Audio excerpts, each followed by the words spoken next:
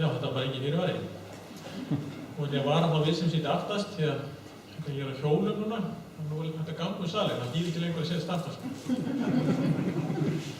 Það ekki það fyrir ykkur. Það sem ég ætla að tala í kvöld úr textaröðinni.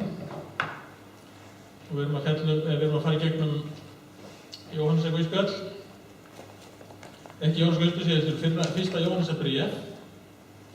Og við erum komin í síðasta kaflan þar, 5. kaflan. Og áður en lest textan, þá ætla ég aðeins að segja sem ég datt í hug þegar ég las svona texta, því mér fannst þetta að vera byrjaði með spurningu. Það myndi mér svolítið svona eins og bara ríkir í skóla eða eitthvað verkefni eða rannsókn í eðlisfræði, ég hvað að segja. Þetta byrjaði svona með spurningu, síðan kom umfjöllun málið og svo kom niðurstaða í lokin. Þannig að þetta svona ef þið sperrið eyrun þá kannski takið eftir þessu sama og ég. Það alltaf fyrir þannig, maður reyfa sem þetta bærst ekki. Hver sá sem sigrar heiminn, nema sá sem trúir að Jesús sé sonur Guðs?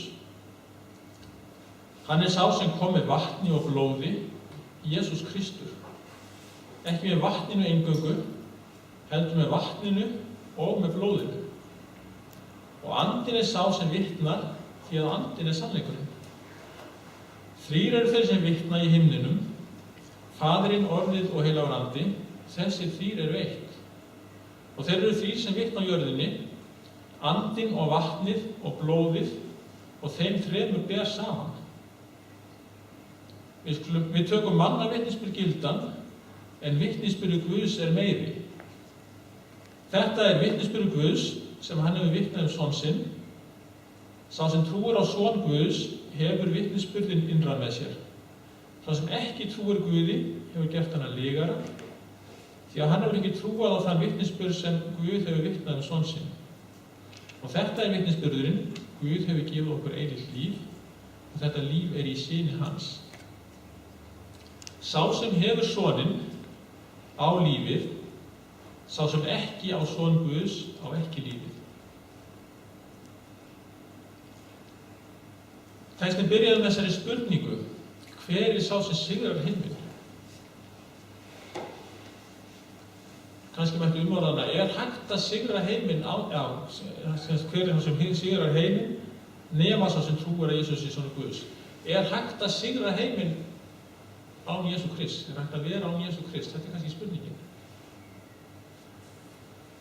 Og ég held það að kannski á öllum tímum og allavega nú á dögum þá eru margir sem að menn taka mismunandi afstöðu til Jesú Krist og hversu þarfur hann fyrir okkur hér í lífinu.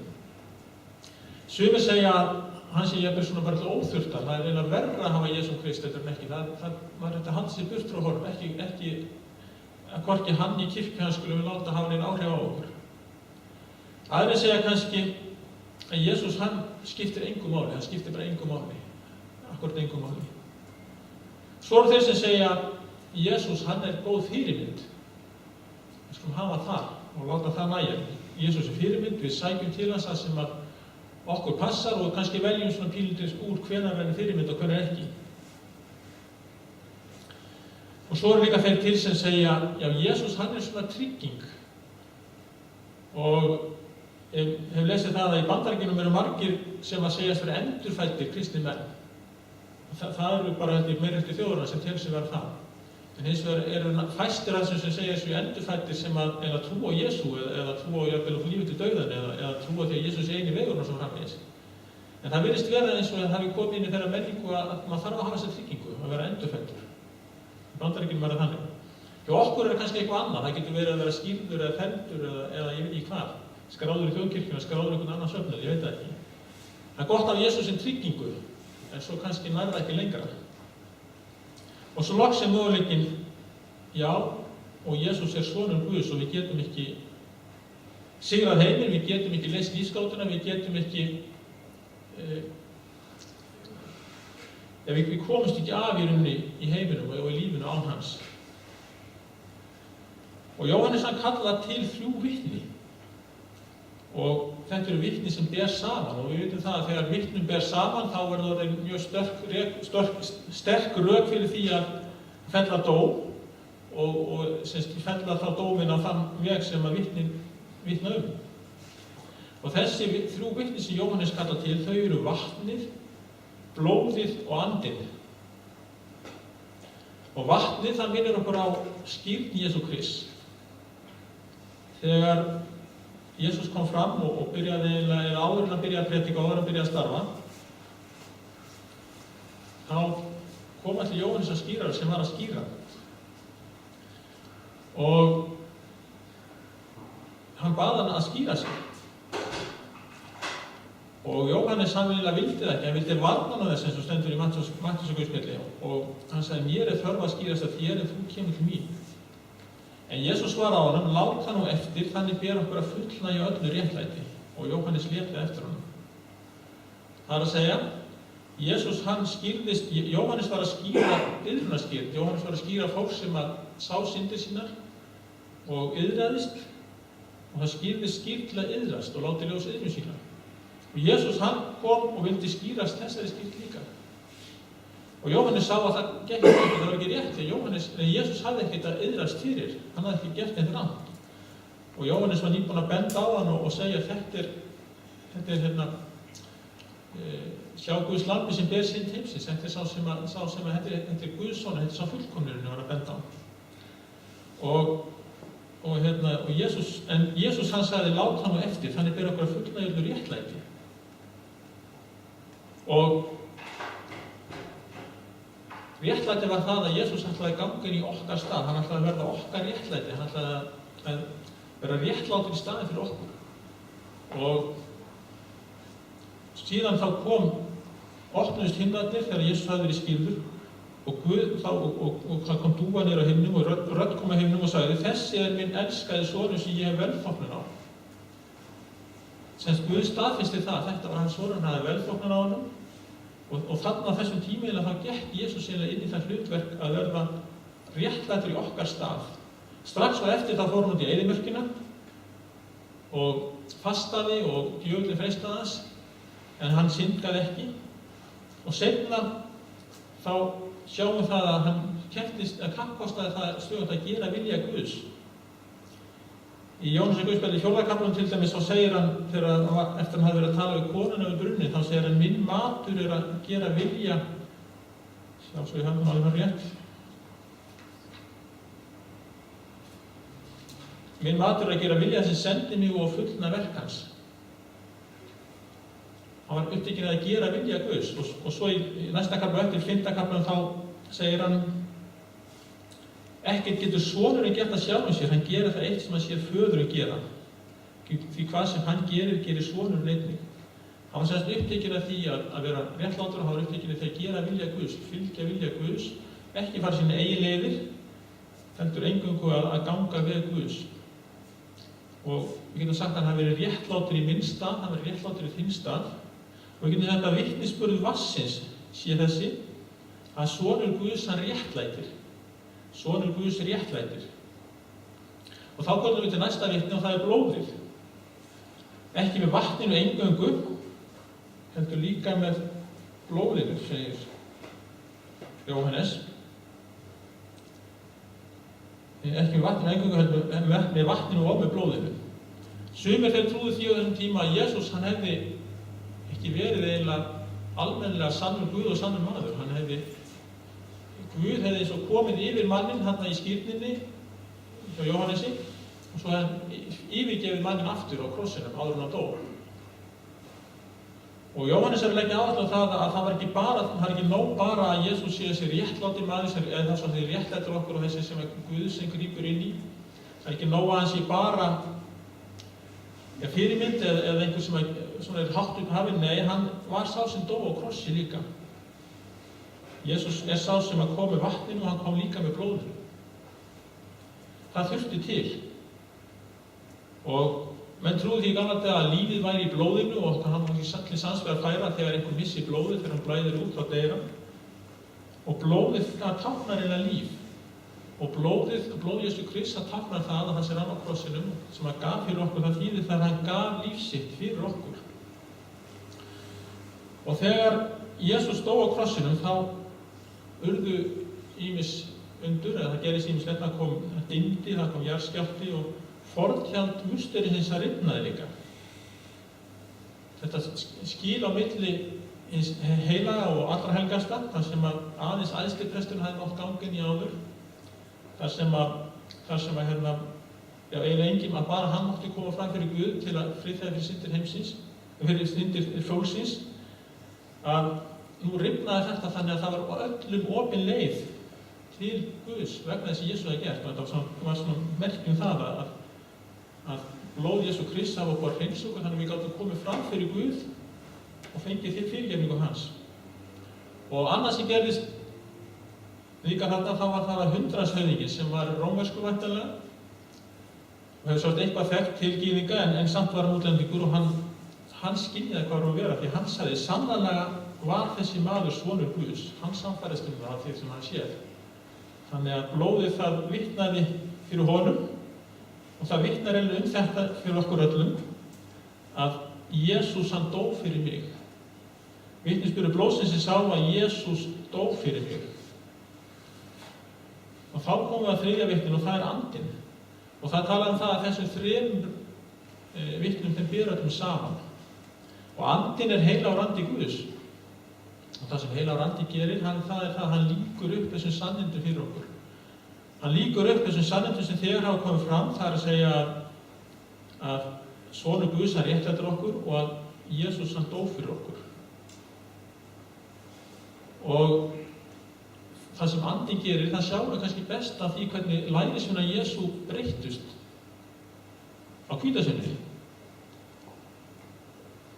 Þeir höfðu verið hræddir, þeir höfðu verið í felum, þeir höfðu eiginlega bara, vissi ekki hvað átt að sér að gera eiginlega.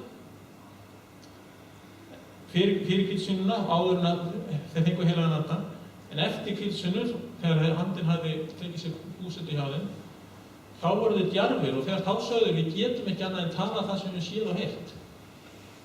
Þeir eru eignast fullvissu, þeir eru reynt eitthvað nýtt, þeir eru reynt eitthvað sem þeir höfðu ekki reynt áður. Þeir höfðu eiginlega breytt svona þurri þekkingu í lifandi veruleika. Eða andinn hafði breytt sem þurri þekkingu í lifandi veruleika. Það er stundum tekið dæmi af því að það er hægt að útskýra ýmsa hluti fyrir fólki, en það er áður að reyna að sjálft þá eiginlega hefur ekki þýðingu. Til dæmis sem tekið dæmi það að það er hægt að útskýra hvernig á að baka brauð, eða hvernig brauð er bakað. Það er hægt að útskýra hvaða efni maður notar í brauði, það er hægt að útskýra hvernig maður hnoðar deigið eða hvernig maður undirbýrða, hvernig maður ætlar að hefast og hvort maður geymir eitthvað ákveðinn tíma og svo framvegis. Og hvernig maður tilreiðir að öðru leyti. Og svo hversu lengi á ofni og allt ýmislegt svona hægt að útskýra. Og það er meira þess að hægt að reyna að útskýra hvernig það bragðast. En í rauninni þá verður þetta þurr og dauður fróðleikur fyrir þeim sem hlustar á þangað til að smakka brauðið. Það er ekki fyrir maður að borða brauðið sem maður veit hvernig brauðið er. Það er hægt að reyna að útskýra það, það er að gefa ágætar upplýsingar og margt. En það er ekki fyrir maður borða sjálfur, ekki fyrir maður smakkar sjálfur sem maður veit hvað er að ræða. Þá skilur maður og maður skilur það annan hátt en áður. Og þannig er það líka með andana, það sem hann kemur með, vitnisburður hans, það er þessi reynsla sem hann kemur með. Hvernig hann lýkur upp fyrir okkur orðinu, lýkur upp fyrir okkur þessum sannindum, þannig að þetta verður ekki bara eitthvað sem við vitum eða lesum eða eitthvað bara sem stendur bara í Biblíunni og svo leiðis, heldur eitthvað sem verður hluta mínu veruleika líka. Og við getum sagt að vitnisburður andan sem þessi, sjálfur andinn, og það tekið í Rómarbréfinu, 8. kafla 17. versi, sjálfur andinn vitnar með okkar anda að við erum Guðs börn.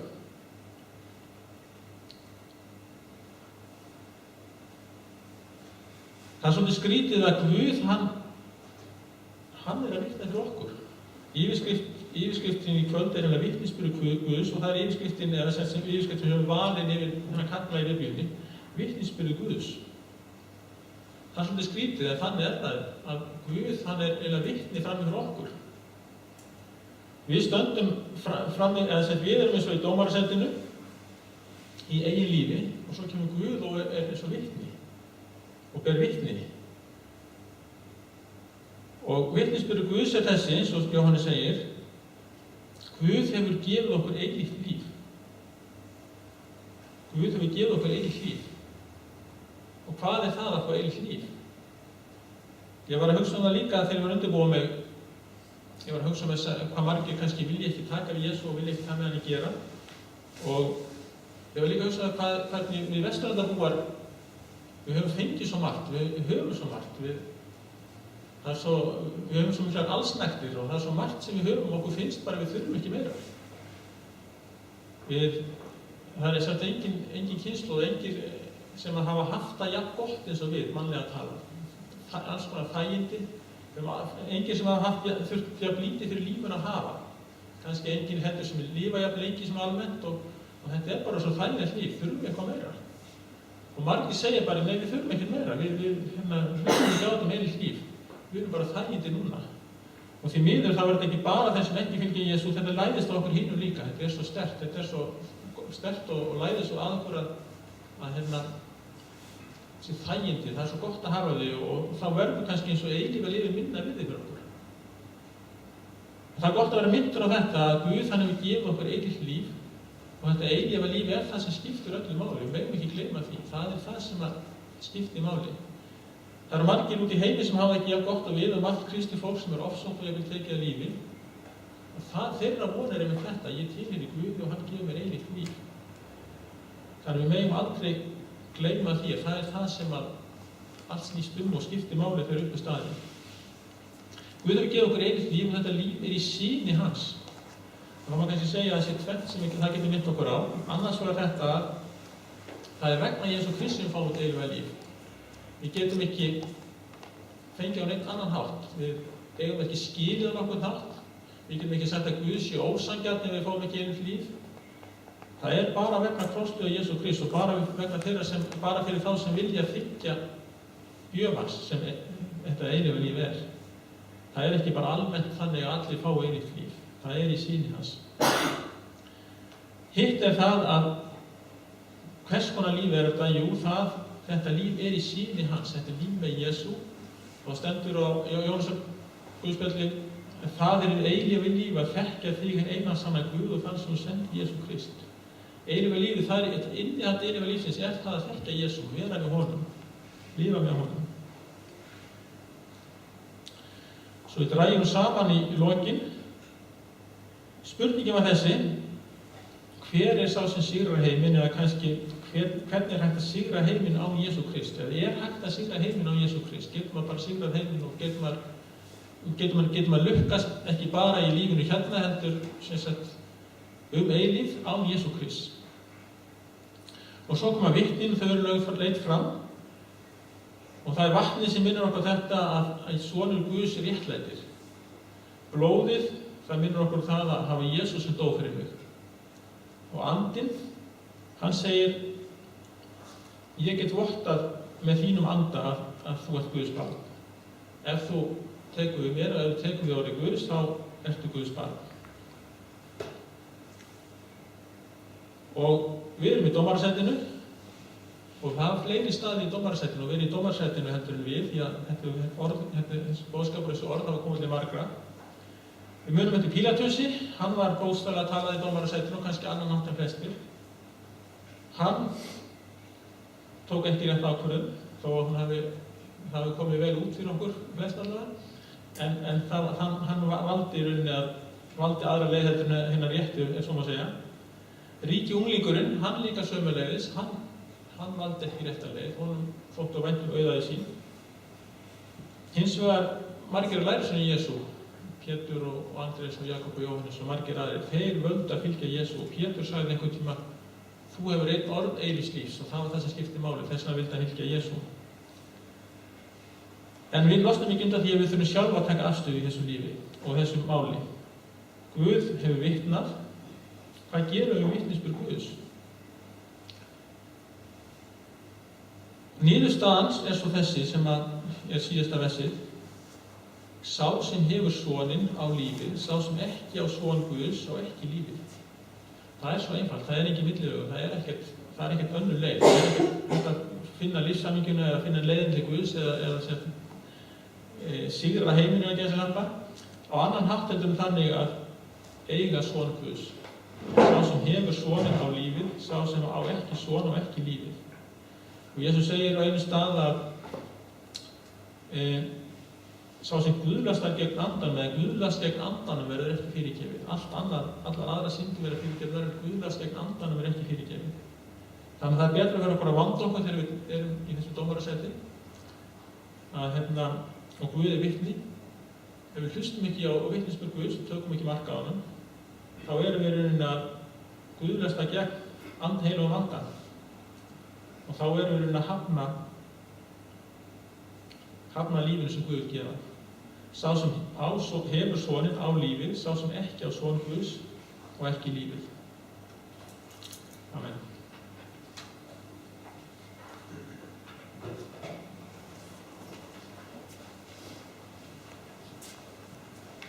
Hvað er fyrir Haraldur? Við skulum standa á fætur.